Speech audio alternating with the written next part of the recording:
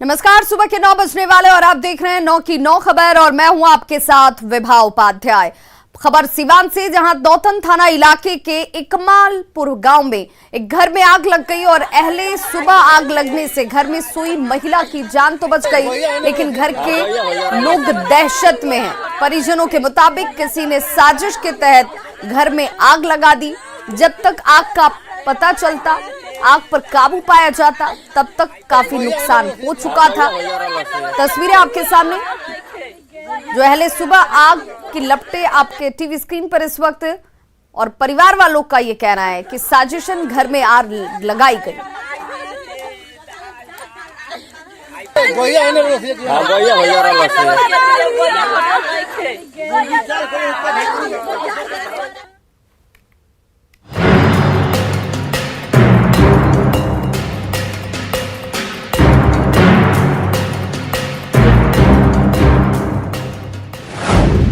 कहीं पुल तो कहीं बही सड़क।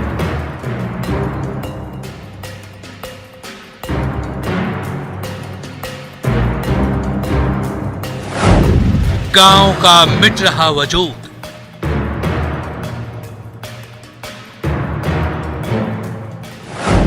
उफान पर नदियां, खतरे में जान।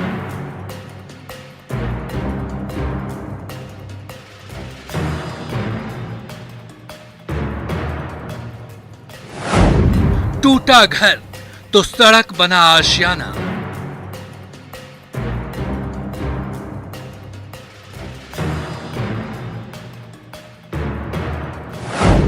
बाढ़ की विनाश लीला।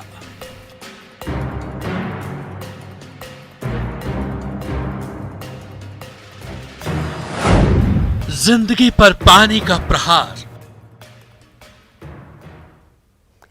तो पूर्वी चंपारण में बाढ़ का दायरा बढ़ता जा रहा है। अब छोटी छोटी नदियां भी डराने लगी हैं। कल्याणपुर प्रखंड से होकर गुजरने वाली गंडक नदी की सहायक नदी सोमवती का बांध टूट चुका है, जिस वजह से नदी का पानी तेजी से बस्ती की ओर बढ़ रहा है। ग्रामीणों में दहशत का माहौल है। हालांकि स्थानीय ग्रामीण अपने स्तर से क्षतिग्रस्त बांध की मरम्मती करने में जुटे हुए हैं। तस्वीरें आपके सामने हैं और बताया जाता है कि कोन्हैया गांव के पास सोमवती नदी का बांध काफी जर्जर था। पहले से इसकी स्थिति जर्जर बताई जा रही थी, लेकिन इसके बावजूद इसे वक्त रहते पहले दुरुस्त नहीं किया गया।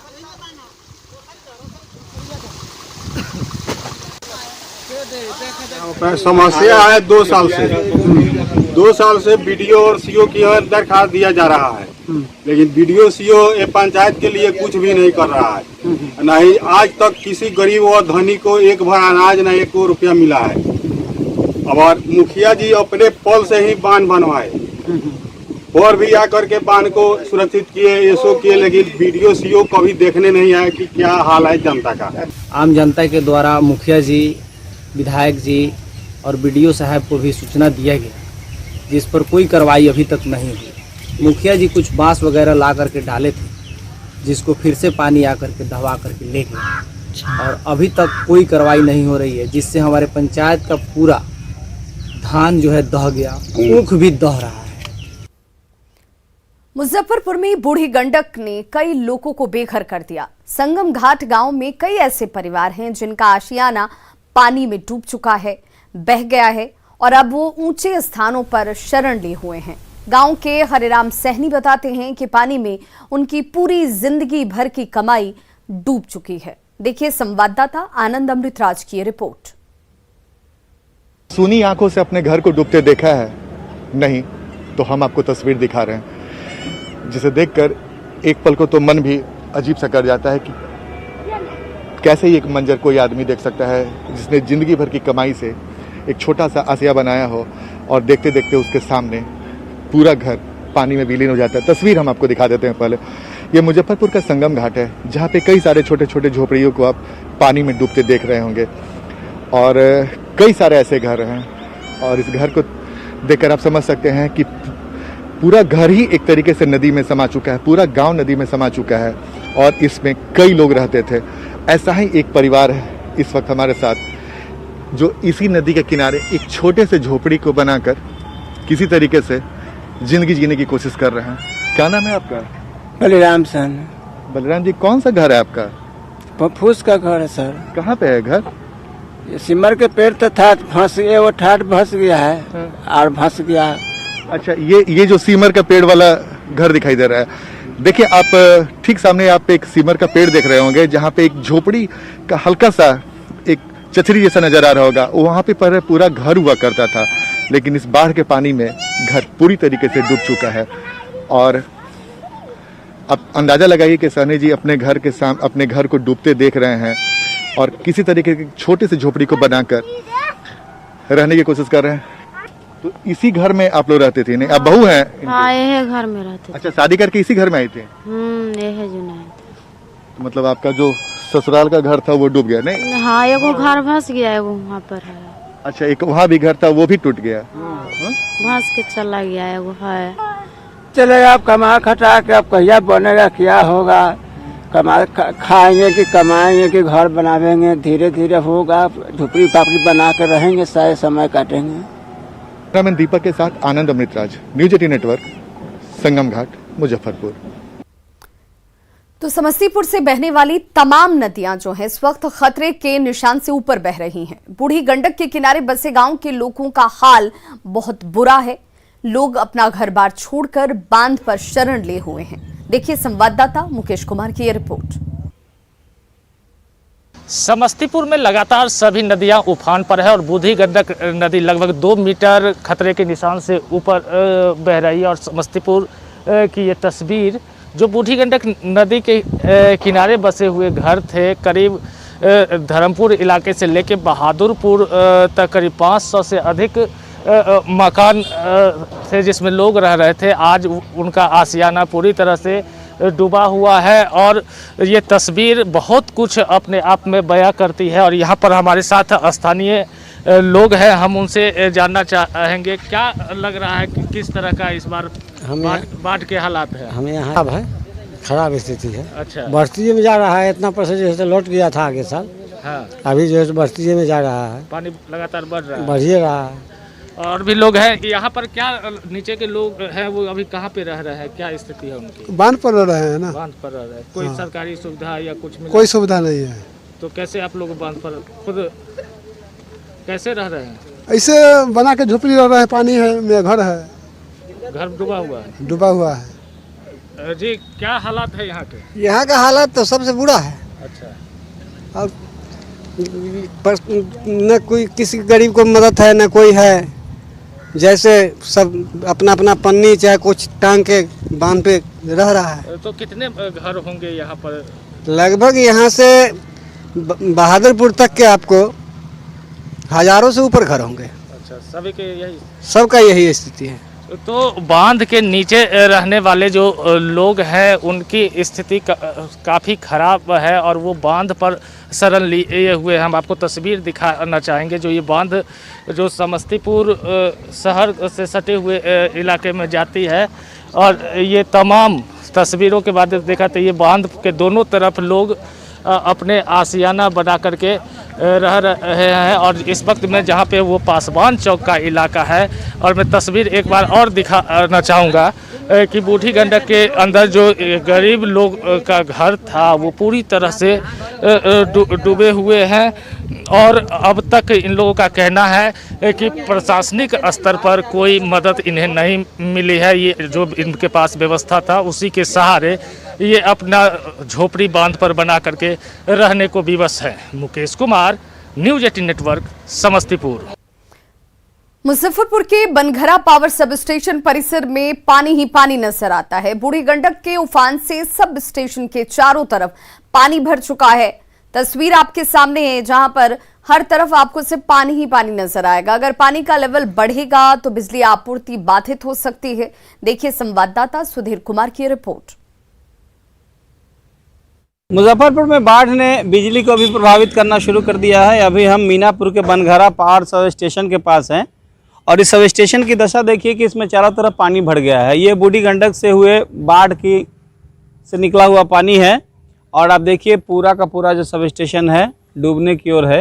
हालांकि अभी जलस्तर इसका बढ़ा नहीं है और जो इसके पावर ट्रांसफार्मर्स हैं उसको टच नहीं किया है, लेकिन जिस तरीके से यहाँ पानी बढ़ रहा है तो 1 से 2 दिनों में इसके पावर सब स्टेशन तक जो पावर ट्रांसफार्मर है वहाँ तक पानी पहुँचेगा और उसके बाद पूरे इलाके के विद्युत आपूर्ति के बाधित होने की आशंका जताई जा रही है। जो यहाँ के कर्मी हैं उनका कहना है कि इस पानी में सांप बिच्छू वगैरह घूमते रहते हैं और अंदर जो इनका चैम्बर है उसमें भी रहना काफ़ी मुश्किल हो गया है।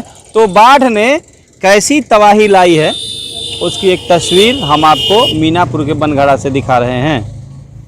सुधीर कुमार, न्यूज़ 18, मुजफ्फरपुर। और बड़ी खबर इस वक्त झारखंड के गुमला से आ रही है, जहां पर नक्सलियों के खिलाफ अभियान में एक जवान जो है वो घायल हो गया है। ये बड़ी खबर इस वक्त सामने आती हुई गुमला से। नक्सलियों के खिलाफ अभियान में एक जवान घायल हुआ है। आईडी की चपेट में कोबरा बटालियन का ये जवान जो है वो आ गया। कुरुमगढ़ के मरवा जंगल में आईडी ब्लास्ट हुआ है। सर्च ऑपरेशन के दौरान आईडी की चपेट में ये जवान जो है वो आया और उस वजह से ये जवान जख्मी हुआ है। नक्सलियों के खिलाफ लगातार सर्च ऑपरेशन चलाया जा रहा है, जिस दौरान यह हादसा हुआ और एक जवान जो है वो इसकी चपेट में आया है। और गुमला संवाददाता रुपेश भगत हमारे साथ इस वक्त ज्यादा जानकारी के साथ फोन लाइन पर जुड़ चुके हैं। रुपेश, फिलहाल क्या स्थिति जवान की है, क्या जानकारी, या इस वक्त भी अभियान जो है वो चलाया जा रहा है? जी, मैं बता दूं कि नक्सलियों के विरुद्ध गुमला पुलिस लगातार अभियान चला रही है, जिसमें पुलिस के साथ सीआरपीएफ और कोबरा के जवान शामिल हैं। उसी दौरान गुमला के कुरुमगढ़ थाना क्षेत्र के मरवा जंगल में नक्सलियों की गतिविधि की सूचना मिली थी, जिस पर पुलिस छापामारी अभियान चला रही थी। उसी दौरान जवान का पैर नक्सलियों के द्वारा लगाए गए आईडी की चपेट में आ गया है। रुपेश, जवान की स्थिति के बारे में कोई जानकारी मिल रही है? जी, जवान की स्थिति अभी गंभीर रूप से घायल है और तत्काल उसे रांची भेजने की व्यवस्था की जा रही है। जी, क्या इस वक्त भी ये ऑपरेशन इस घटना के बाद भी इन इलाकों में जारी है? जी, जैसा कि हमें सूचना मिला है ऐसा कि नक्सलियों को पुलिस ने चारों ओर से घेराबंदी कर रखी है। जी, नक्सलियों की संख्या को लेकर कोई जानकारी सामने आ पा रही है क्या? जी, जैसे मालूम हो कि वहाँ पे बुधेश्वर उरांव का दस्ता सक्रिय है अभी और नक्सलियों की संख्या लगभग 18 से 20 है। चलिए, बहुत बहुत शुक्रिया रुपेश इस जानकारी के लिए। आप इस बड़ी खबर पर नजर बनाए रखिए, आगे भी अपडेट लेंगे। फिलहाल तमाम जानकारी के लिए शुक्रिया।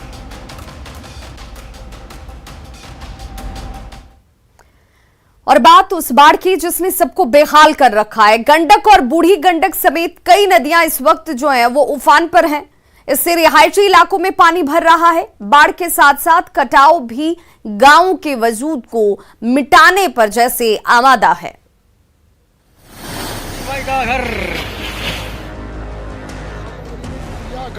पूरा चला गया। चंद पलों में पेड़ धड़ाम। ये है नजारा। जमीन का टुकड़ा पानी में विलीन। तूफान हो रहा, तूफान हो रहा, तूफान देखिए। जैसे जैसे कटाव हो रहा है, नदी नजदीक आ रही है। पूर्णिया के वायसी अनुमंडल में महानंदा और परमान नदी की तेज धार से पिछले 15 दिनों से कटाव जारी है। अभी तक खेती की 50 एकड़ से अधिक जमीन कटकर नदी में समा चुकी है। कई घर और सड़कें भी समा चुकी हैं।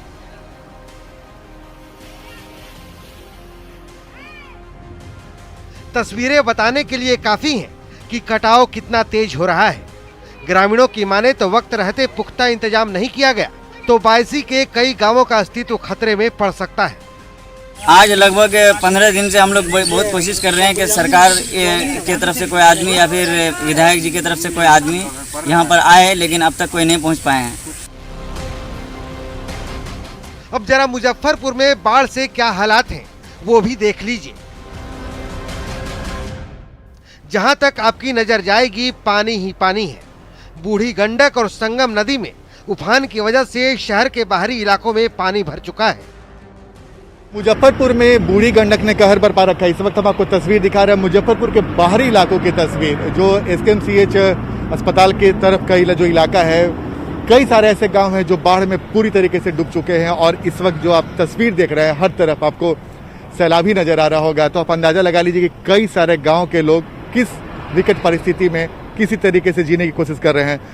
ये संगम नदी और बूढ़ी गंडक नदी जो दोनों मिलता है, उसके बाद इस दोनों नदियों के मिलने के बाद गांव की स्थिति क्या हो गई है आप अंदाजा लगे। जो हरे हरे पेड़ों के झुरमुट को आप देख रहे हैं वो बस्ती है, लेकिन उसके चारों तरफ पानी ही पानी है। और इस पानी की वजह से एक बड़ी आबादी बुरी तरीके से प्रभावित हुई है। और ये तस्वीर ये बताने में काफ़ी है कि अभी मानसून की बारिश भी बहुत तेज गति से शुरू नहीं हुई है, बावजूद इसके अभी कई इलाकों में बाढ़ का पानी प्रवेश कर चुका है। पूर्वी और पश्चिमी चंपारण के इलाकों में बाढ़ से हालात बदतर है। ये है बेतिया का मझौलिया नानोसती मुख्य मार्ग, जहां सड़क पर 2 से 3 फीट पानी बह रहा है। इसी रास्ते से लोग बेतिया, मझौलिया, पटना, मोतिहारी, अरेराज जाते हैं। अब चूंकि मजबूरी है तो लोग पानी में जान जोखिम में डालकर आने जाने को मजबूर हैं। दरअसल इस इलाके में बहने वाली कोहड़ा और गोपी खाड़ नदी उफान पर है और दोनों नदियों का पानी तटवर्ती गांवों में घुस चुका है। नानोसती का जाने वाला ये मुख्य मार्ग है। यहाँ से बेतिया जाने में भी इसको क्रॉस होकर जाना पड़ता है, चाहे इधर मोतिहारी जाना पड़ता हो या इधर अगर मझौलिया जाना हो तो इसी रास्ते से होकर जाया जाता है। बड़ी परेशानी हो रही है, लगभग 2 से 3 फीट पानी बह रहा है। यहाँ पे काफी कठिनाइयों का सामना करना पड़ रहा है। इधर गोपालगंज में गंडक के किनारे बसे गांवों में अभी भी गंडक का कहर जारी है। सदर प्रखंड के यादवपुर दुखहरण पंचायत के मेहदिया गांव में गंडक से भारी तबाही हुई है। अभी हम यादवपुर दुखहरण पंचायत के मेहदिया गांव में हैं और आप देखेंगे कि मेहदिया गांव के पास जो गंडक की जो मुख्य धारा है वो इधर लौट के आई है और उसकी वजह से जो गंडक का पानी कम हुआ है, लेकिन उसका साइड इफेक्ट दिखने को मिल रहा है। यहाँ पे देखेंगे कि यहाँ पे जो छठ घाट जहाँ पूजा होता था वो पूरी तरह से पानी में डूब गया है और जो गंडक के जो धार है वो देखें आप किस तरह धार जो है गाँव के पास से बह रही है। ये हाल है जुलाई के पहले हफ्ते का। जाहिर है अभी पूरी बरसात बाकी है। न्यूज़ 18 के लिए पूर्णिया से प्रवीण कुमार, बेतिया से प्रफुल्ल, गोपालगंज से मुकेश कुमार और मुजफ्फरपुर से आनंद अमृतराज की रिपोर्ट।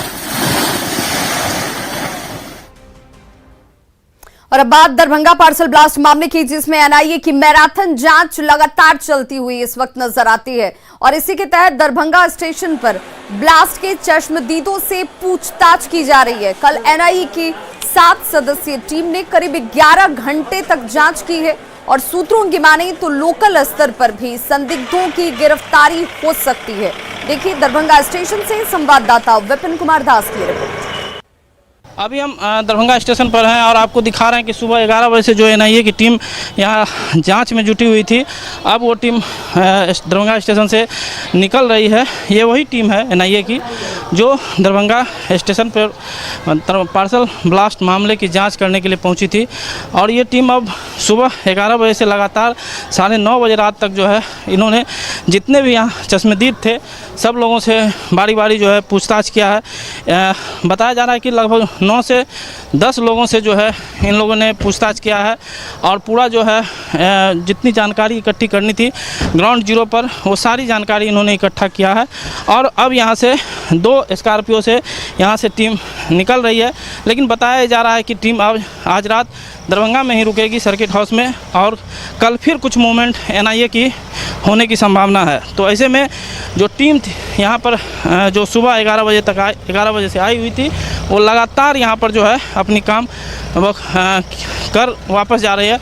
तो ऐसे में जो एनआईए की जो यहाँ पर बताया जा रहा है कि एक टीम और है जो लोकल स्तर पर भी लोकल पुलिस के साथ कुछ छापेमारी में भी जो है इन्वॉल्व है, लेकिन अब ये आगे क्या होता है वो कल बात निकल के आएगी, चूँकि एनआईए की टीम आज रात दरभंगा में रुक रही है। विपिन कुमार, न्यूज़ 18 दरभंगा। बिहार में बेसबॉल खिलाड़ियों की हालत बेहद खराब है। राज्य में कई ऐसे खिलाड़ी हैं जिन्होंने देश की नहीं विदेशों में भी राज्य का नाम रोशन किया, लेकिन सुविधाओं के अभाव में ये लोग बदहाली की जिंदगी जीने को मजबूर हैं। खिलाड़ियों ने सरकार से मदद की गुहार लगाई जिससे खेल और खिलाड़ियों की स्थिति को बदला जा सके।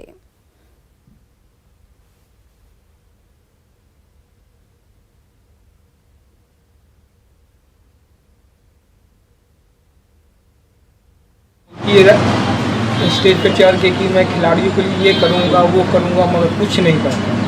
अब एक खिलाड़ी बेरोजगार हो के रोड पे ये दुकान खोल रहा हूँ मैं, अब घूम रहा है, क्या करेगा। मतलब कि जो तंत्र है, सिस्टम है खेल के प्रति, उससे निराश है। सिस्टम बहुत बिहार में खराब है। यहाँ पर खेल कूद का कोई ध्यान ही नहीं है। इतने खिलाड़ी हो सब इसी तरह घूम रहे हैं। खाली सरकार बड़ी बड़ी बातें करती है, ये खिलाड़ियों को मिलेगा सौगात, ये मिलेगा स्कूल गेम में। स्कूल गेम से भी मेरे गेम को हटा दिया गया है। ये स्थिति है। क्या नाम है? राजेश कुमार।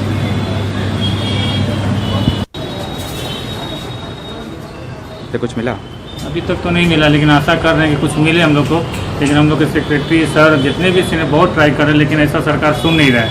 लेकिन हम तो चाहते हैं कि आप लोग के माध्यम से सरकार पर आगे चला जाता। हम लोग कितने भी जाते हैं, रिक्वेस्ट करते हैं, सर सुनते नहीं है सरकार। और आप लोग के थ्रू है कि हम लोग को बढ़ावा मिल सकता है, क्योंकि आप ही लोग हैं जो मीडिया के थ्रू हम लोग आगे बढ़ सकते हैं। 24 साल से भी कंटिन्यू हम गेम को खेल रहे हैं और मैं सरकार से आग्रह करता हूँ जो मैंने 2014 में वैकेंसी भरा है उसको जल्द से जल्द हम लोग को निकल दिया जाए, क्योंकि हम लोग गेम ओलंपिक में है, कॉमनवेल्थ में है, सब गेम में हम लोग खेलते हैं, लेकिन अभी सरकार की तरफ से कोई ध्यान नहीं दिया। लगातार चल रहा था, एक अच्छा मोमेंटम बना हुआ था, उसको हमारे सरकार हमारे खेल को बाहर किया, विश्वविद्यालय से SGFI स्कूल गेम से बाहर किया। तो हम सबसे पहले आग्रह करेंगे सरकार से कि हमारा जो खेल है उसको जोड़ा जाए और हमारे खिलाड़ी जो बेबस है उनको नौकरी दिया जाए। पटना से कटिहार लौटने के दौरान चलती ट्रेन से माले विधायक महबूब आलम का सामान चोरी हो गया। चोरी किए गए बैग में कई महत्वपूर्ण दस्तावेज के साथ साथ नकदी रुपए भी थे। मोकामा स्टेशन के आसपास चोरों ने सामान पर हाथ साफ कर दिया। घटना के बाद विधायक ने बारसूई रेल थाने में मामले को दर्ज करवाया है।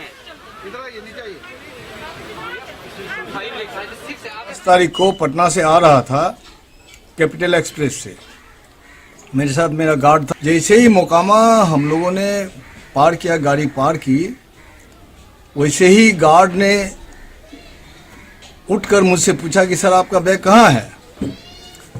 और मैं बैग जो बगल का टेबल में रखा था, अब मैं तुरंत उठ गया और देखा कि मेरा बैग है नहीं। तो देखिए, ट्रेन से विधायक का सामान चोरी हो जाता है। अब महबूब आलम जो हैं विधायक, वो कह रहे हैं कि कुछ चंद सेकंड के दौरान ही ये सब कुछ हो जाता है और आम आदमी की सुरक्षा जो है वो कैसे सुनिश्चित होगी, ये अपने आप में एक बड़ा सवाल। और बड़ी खबर इस वक्त दानापुर से आ रही है, जहां पर रेल मंडल के सादिसोपुर स्टेशन पर हंगामा हो रहा है। लोकल ट्रेन बढ़ाने और ठहराव की मांग को लेकर आज एक बार फिर से हंगामा हो रहा है। आपको बताते चले कि कल भी लोगों ने यहां पर जमकर हंगामा किया था। रेल के ठहराव को लेकर के यहां पर हंगामा कल से जारी है। अप डाउन मेन लाइन पर ट्रेन रोककर लोगों ने जमकर हंगामा किया है। तस्वीरें आपके सामने हैं। 0326 बक्सर पटना जो फतुहा पैसेंजर ट्रेन है वो सादिसोपुर में फिलहाल खड़ी बताई जा रही है।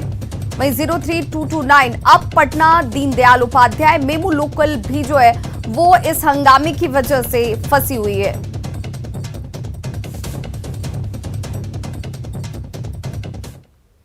तो खबरों का सिलसिला लगातार जारी, आप देखते रहिए न्यूज़ 18 बिहार झारखंड।